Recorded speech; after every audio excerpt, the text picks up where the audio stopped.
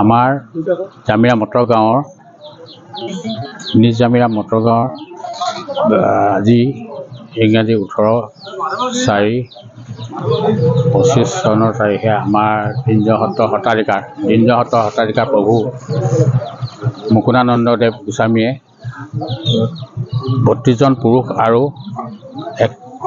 33গৰাকী মহিলাক আমাৰ শৰণৰ ব্যৱস্থা কৰিলে আৰু কাইলৈ আমাৰ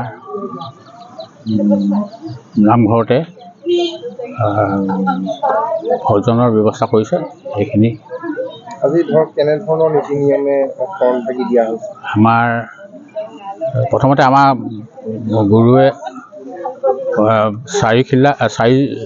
চাৰি গছি পাণ আৰু পাণ বান্ধি প্ৰত্যেক শৰণীয়াকে কলপাতেৰে বান্ধি হাতত লৈ আগলি কলপাতত লৈ জামিয়া পুখুৰীত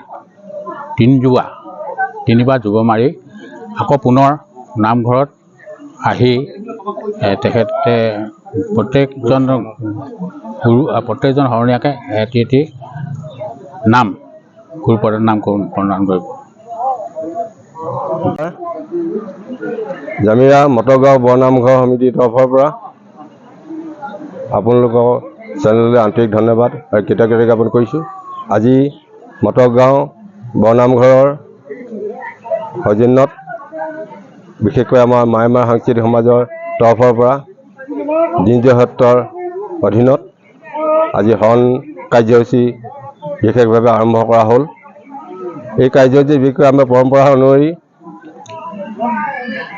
বিশেষকৈ আমাৰ যিসকল শৰণীয়া তেখেতসকলক চাৰিগুচি পাণৰ সৈতে এটা পাণৰ টোপোলা বান্ধি নিয়া হয়। এইটো পাণ বুলি কয় আৰু সেইটো ভকতৰ আজ্ঞামতে আৰু আমাৰ গুৰুৰ আজ্ঞামতে তেখেতসকলে হাতত দি আমাৰ পানীত বিশেষকৈ স্নান কৰা এটা আমাৰ পৰম্পৰা আছে। আমাৰ জামিয়া পুখুৰীত এইধৰণে প্ৰত্যেকবাৰে শৰণ লৈ আহিছে। গতিকে এইবাৰো আমাৰ বতৰ সমস্যা আছিলে যদিও ৰাইজে ইয়াত যথেষ্টখিনি সহায় সহযোগিতা আগবঢ়ালে আৰু সকলো ৰাইজে একত্ৰিত হৈ গৈ বিশেষকৈ আমাৰ য'ত শৰণ লয় সেই পুখুৰীত তিনিবাৰ পানীত জোবা মাৰি এটা পৰম্পৰা অনুসৰি এটা নিয়ম কৰিলে আৰু সেই নিয়ম কৰাৰ পাছত ইতিমধ্যে আহি আমাৰ নামঘৰৰ প্ৰাংগণত সকলো ৰাইজে উপস্থিত হৈ আমাৰ শৰণীয়াল প্ৰাৰ্থীসকলক বিশেষভাৱে নামঘৰৰ ভিতৰলৈ পঠিয়াই দিয়া হৈছে আৰু তেখেতসকলক আমাৰ সত্ৰৰ নিয়ম অনুসৰি গুৰুৱে আমাৰ নিজস্ব যিটো নাম তাৰ এগেইনষ্টত বিশেষকৈ এটা গুৰু প্ৰদত্ত নাম প্ৰদান কৰিব আৰু তেখেতসকলৰ সেই গুৰুপত্ৰ প্ৰদান কৰাৰ পাছতেই তেখেতসকলে আমাৰ সামাজিকভাৱে যিটো নিয়ম তাৰ অন্তৰ্ভুক্ত হ'ব। ইয়াৰ পাছত এই কাৰ্যসূচীটো সম্পন্ন হোৱাৰ পাছত প্ৰায় 10-12 দিনৰ পাছত নামজানি কাৰ্যসূচী অনুষ্ঠিত কৰে।